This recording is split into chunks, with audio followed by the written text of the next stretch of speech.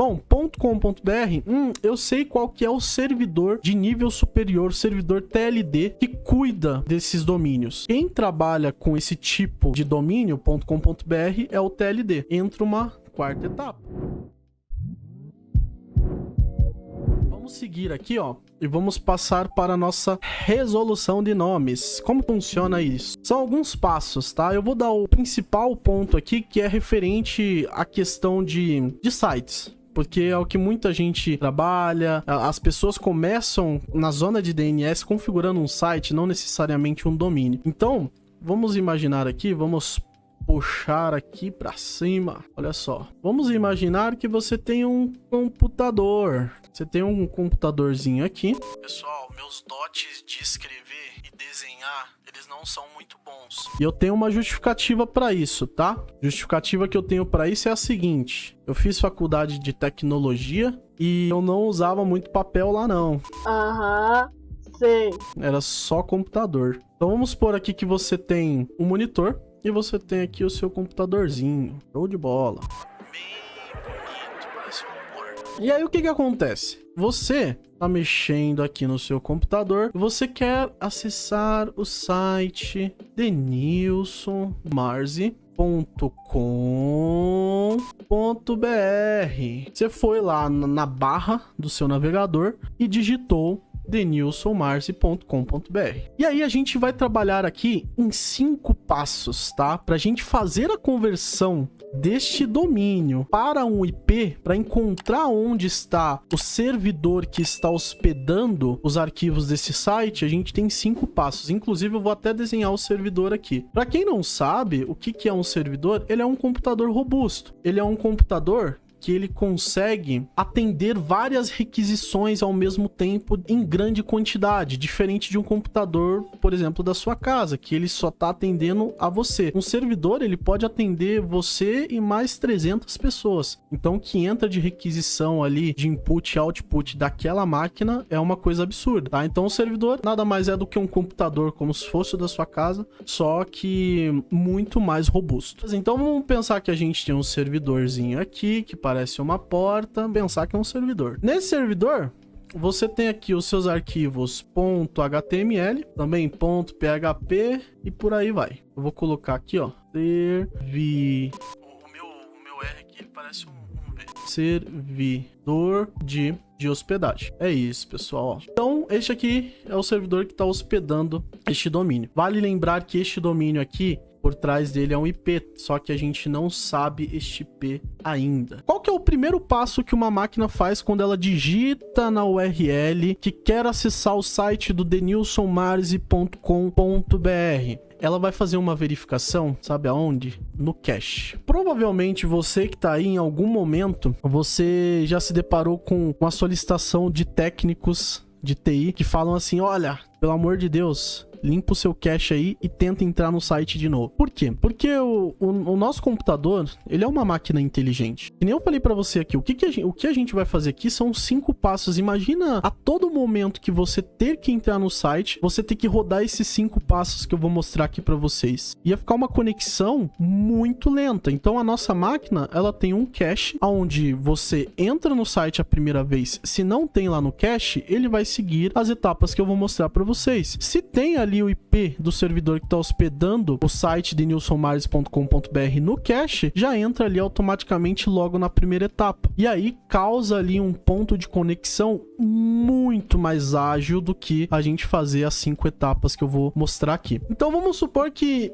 ele verificou aqui no cache e não tem o IP do servidor que está hospedando. Qual que é o próximo passo que ele vai fazer? Ele vai para um carinha que a gente vai chamar servidor DNS recursivo, tá? Então, se ele não encontrou, por exemplo, no seu cache o IP, ele vai vir para esse servidor. Este servidor é a segunda etapa, então é a etapa 2. E a minha máquina vai perguntar para o servidor aqui: Ela vai questionar, ela vai falar assim, ô servidor, você sabe aonde que tá sendo hospedado o site deste domínio aqui? Pra eu pegar os arquivos de lá e mostrar aqui na minha máquina? O servidor, se ele souber, esse servidor DNS recursivo souber, ele já retorna pra máquina o IP e aí já fecha ali um ponto de conexão. Se ele não souber, ele vai passar pra uma próxima etapa. Só que é o seguinte, pessoal, eu quero explicar o que é esse servidor de DNS recursivo pra vocês um pouquinho mais a fundo. O servidor de DNS recursivo, ou ele pode ser um servidor público como o Google, que a gente consegue vir aqui, ó. Na minha máquina eu configurei, inclusive, eu tava tendo uns problemas com o meu provedor de internet para acessar alguns sites. Ou ele pode ser o Google, e aí a gente vem aqui, configura manualmente. Então 8.8.8, 8.8.4.4. Tem o da Cloudflare também. Ou se você não configurar nada aqui, obter endereços de servidores DNS automaticamente. Ele vai pegar do seu provedor de internet. Então, se você utiliza aí como provedor de internet a Vivo, se você utiliza, no caso aqui em Curitiba tem a Copel, tem a Claro e entre outros, aquele provedor vai ser o seu servidor de DNS recursivo. Você consegue enxergar também, se você der um ipconfig/all dentro do seu CMD, você consegue enxergar aqui, ó, os servidores DNS também, beleza? Porque se não tiver configurado lá, você não vai saber qual que é o IP do seu servidor de DNS recursivo. Aí você pode ir pelo prompt de comandos. Tá, Denilson, não foi encontrado o IP que tá hospedando os arquivos desse site, Denilson Mares. E aí, o que vai acontecer? Por favor, não pule esse vídeo, não pule, desculpa por atrapalhar sua aula. Mas é o seguinte, eu utilizo os 3 pilares, que é colaboração, segurança e automação, para ensinar sobre o Microsoft 365. E eu desenvolvi um curso para cada um desses pilares, 100% gratuito para você. Então você quer aprender sobre sistema de arquivos no SharePoint e no Teams, quer aprender sobre Purview, DLP, MP, que é rotulagem de dados, Defender for Office 365,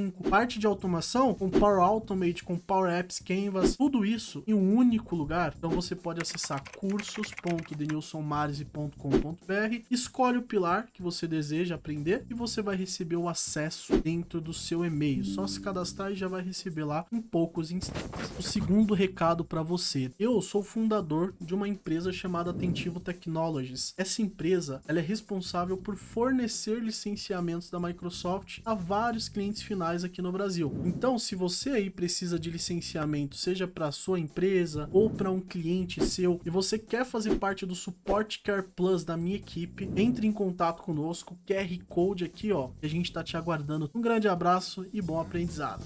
Chama! Aí sobe para uma instância maior, sobe para um nível elevado. A gente tem no mundo uma hierarquia de servidores. A gente tem os servidores raiz. Então esses servidores raiz de DNS, eles têm 13 no mundo. E é os chefões. E assim, são órgãos gigantescos que gerenciam esses servidores DNS no mundo. Inclusive, se eu não me engano, um deles é a NASA. A NASA, ela gerencia um servidor DNS, se eu não me engano. E aí, o que acontece? Se o servidor DNS recursivo não encontrar, por exemplo, o IP que está hospedando esse site, ele vai no raiz. Ele vai num servidor raiz, ele vai perguntar para o servidor raiz. É a etapa 3, tá? Então vamos colocar aqui, ó, etapa 3. Ele vai perguntar pro nosso servidor raiz. E não a minha máquina, tá? Quem vai perguntar para ele é o servidor DNS recursivo. Quem é responsável por buscar o IP do servidor fora da minha rede local é esse servidor aqui. Não é a minha máquina que pergunta. Então o servidor de DNS recursivo, ele vai questionar pro servidor raiz. Só que o servidor raiz, ele não vai saber. Por mais que ele seja o fodão, ele esteja ali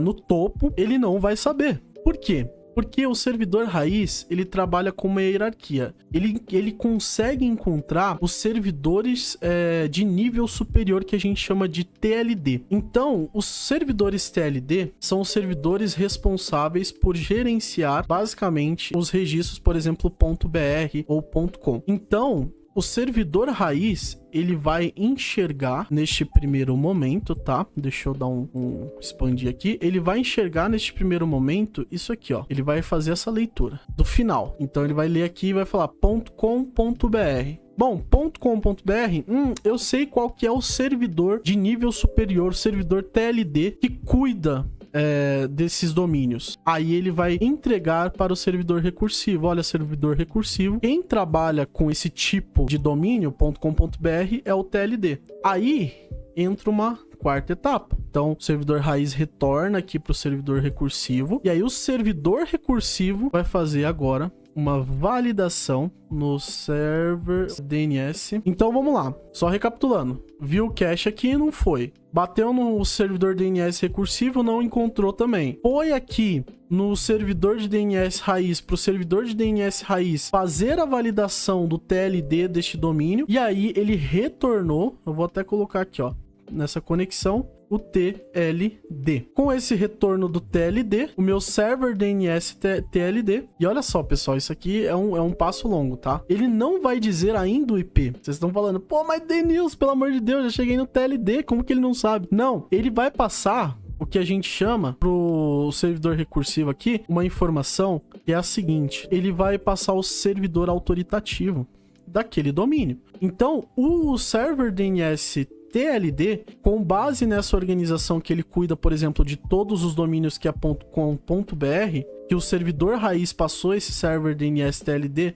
pro recursivo, aqui dentro desse servidor, a gente sabe de fato agora aonde está sendo hospedado a zona de DNS deste domínio, que é nada mais, nada menos do que o servidor autoritativo. O servidor autoritativo é o servidor NS. Lembra que eu falei para vocês do NS? O NS nada mais é do que o registro que vai dizer qual que vai ser o servidor autoritativo daquele domínio, daquela zona de DNS. Então, aí o que vai acontecer? Com essa informação aqui, já sabendo, deixa eu colocar aqui como etapa 4, que eu não coloquei. Então aqui a 4. Com essa informação, o servidor de DNS recursivo vai fazer o que agora, pessoal? Não sei. O que ele vai fazer agora? Agora sim, ele vai vir aqui no server autoritativo, enxergar a zona de DNS do domínio. Isso aqui é a 5ª etapa. E aí o que acontece? O servidor de DNS autoritativo vai conseguir agora, de fato, entregar